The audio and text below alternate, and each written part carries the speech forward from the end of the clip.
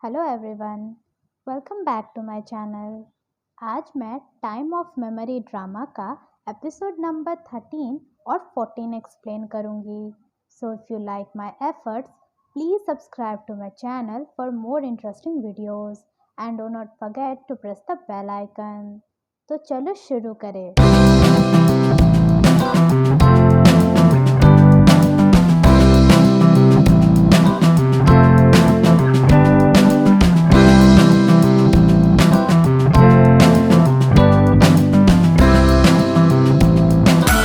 Episode 13 की शुरुआत में हम वो जिन, हैसू और उस बच्ची को पुलिस स्टेशन के बाहर देखते हैं, जहां वो जिन हैसू से बोलता है कि पुलिस स्टेशन सबसे सुरक्षित जगह है उस बच्ची के लिए।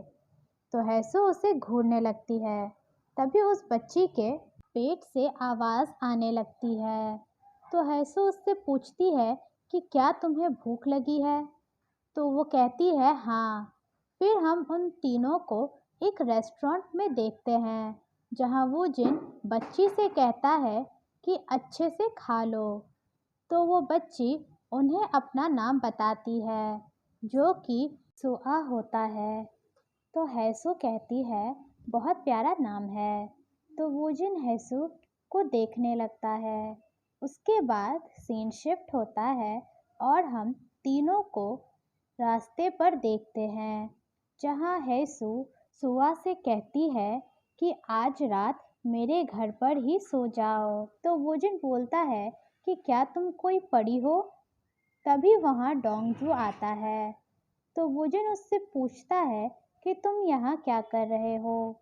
तो डोंगजू बोलता है कि क्या मतलब है तुम्हारा, और ख़ुद को हैसू से इंट्रोड्यूस करता है और उससे कहता है कि आप इस आदमी की वजह से परेशान हुई होंगी। तो हैसू बोलती है कि नहीं, ऐसा नहीं है, बल्कि ये तो काफ़ी हेल्पफुल है। वो यहाँ वोजिन के बारे में बात कर रहे होते हैं। तो डोंगजू बोलता है हैसू से कि सारी चीज़ें सेटल होने के बाद हम साथ में डिनर करेंगे। तो हैसू बोलती है ठीक है, और फिर वहाँ से चली जाती है। उसके जाने के बाद डोंगजू बोलता है कि लगता है कि ये एक अच्छी लड़की है। तो वोजिन कहता है हाँ, वो बहुत काइंड है। फिर वोजिन डोंगजू से पूछता है कि तुम यहाँ क्यों आए हो? तो डोंगजू उससे कहता है क्या मतलब है तुम्हारा? मैं यहाँ तुमसे मिलने आया हूँ। और वोजिन से पूछता है कि तुम वापस कब आओगे? तो वोजिन कहता है अभी नहीं, अभी एक काम है जो मुझे पूरा करना है। यहाँ सीन शिफ्ट होता है और हम सुआ और हैसू को देखते हैं, जहाँ हैसू कहती है कि ये मेरा घर है और अंदर चलो। तो सुआ कहती है कि मुझे बाथरूम यूज़ करना है। तो हैसू उसे बताती है कि बाथरूम किस तरफ है। सुआ वहाँ से चली जाती है। फिर हैसू किसी को जैसे ही फ़ोन लगाती है कि उसके घर की बिजली चली जाती है। तो उसे याद आता है कि सुआ बाथरूम में है। तो वो उसके पास जाती है और उससे पूछती है कि क्या वो ठीक है। तो सुआ कहती है कि वो ठीक है। हैसू उससे बोलती है कि वो जाकर जल्दी ही लाइट्स ऑन कर देगी। फिर हैसू लाइट्स चेक कर रही होती है कि तभी उसे लगता है कि कोई उसके पीछे है। तो उसे लगता है कि वो सुआ है, पर जब सामने से कोई रिप्लाई नहीं आता तो वह अपने काम में लग जाती है। उसे फिर लगता है कि कोई उसके पीछे है। तो वो जैसे ही पीछे घूमती है तो वही साइको उस पर हमला कर देता है और उसे मारने की कोशिश करने लगता है।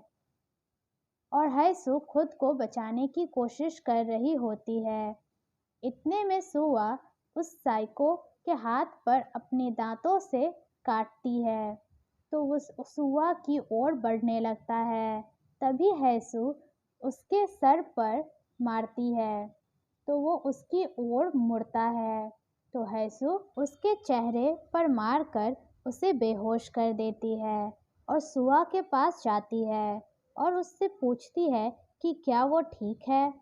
और यही ये एपिसोड एंड होता है। एपिसोड 14 की शुरुआत में हम पुलिस ऑफिसर्स को देखते हैं हैसू के घर पर, जहां डोंगजू और वोजिन भी होते हैं। तो ऑफिसर कहते हैं कि अच्छा हुआ किसी को चोट नहीं आई, और वोजिन से कहते हैं कि पहले वो इन्वेस्टिगेशन करेंगे, उसके बाद उन्हें कांटेक्ट करेंगे।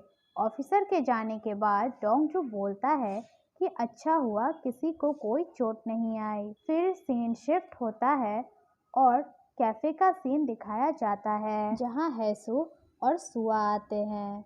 तो सुम बोलती है कि मैंने तुम्हें घर पर रहने को बोला था।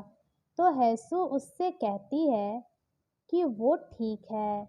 इनकी यही सब बातें चल रही होती हैं तो हैसू बोलती है कि मेरे पास ज़्यादा टाइम नहीं बचा है।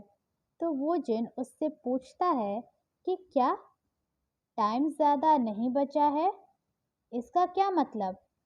तो हैसू कहती है कि कुछ नहीं। तभी वहाँ ऑफिसर्स आते हैं जो कि सुआ की माँ को लेकर आए होते हैं। दोनों माँ बेटी मिलकर रोने लगते हैं और सुआ की माँ उससे माफ़ी मांगती है। अगले सीन में हम वोजिन और ऑफिसर को सुआ के माँ के साथ बैठा देखते हैं, जहाँ वोजिन सुआ की मॉम पर गुस्सा कर रहा होता है कि उन्होंने अपनी बच्ची को कैसे छोड़ दिया और वो माँ बनने के लायक नहीं है। तो ऑफिसर उसे शांत होने को कहते हैं। तो सुआ की मॉम रोने लगती है और उन्हें सॉरी कहती है और बोलती है कि मेरा दिमाग खराब हो गया था, मेरी ज़िंदगी बहुत मुश्किल है। उसके डैड ने घर छोड़ दिया दूसरी औरत के लिए, मेरे लिए बहुत मुश्किल था उससे अकेले बड़ा करना। और बोलती है मुझे एक अनाथ आश्रम चाहिए था उसके लिए, पर उन्होंने पेरेंट्स होते हुए बच्चे को एक्सेप्ट नहीं किया। फिर सुआ अपनी माँ के साथ जाने लगती है तो हैसू उसे बाय कहती है। सुआ जाने लगती है पर वो फिर से हैसू के पास आती है और उसे थैंक यू बोलती है। तो हैसू बोलती है मुझे तुम्हें थैंक यू कहना चाहिए। तो वूजिन बोलता है कि क्या यहाँ कोई ड्रामा चल रहा है, हम इससे दोबारा मिल सकते हैं। तो सुआ वूजिन का हाथ पकड़ लेती है और उसे भी थैंक यू कहती है और फिर वहाँ से चली जाती है। तो वूजिन बोलता है सुनो, मैं अंकल नहीं हूँ, समझी? हैसू बोलती है अब मुझे सुकून मिल रहा है। फिर हम घर पर हैसू को कैलेंडर में डेट्स पर क्रॉस करते देखते हैं, जिससे हम समझते हैं कि वो रोज़ ऐसे करती है। फिर वो कहती है 1 हफ्ता, और यहीं एपिसोड एंड होता है। Thanks for watching. मिलते हैं नेक्स्ट एपिसोड में, तब तक के लिए बाय बाय।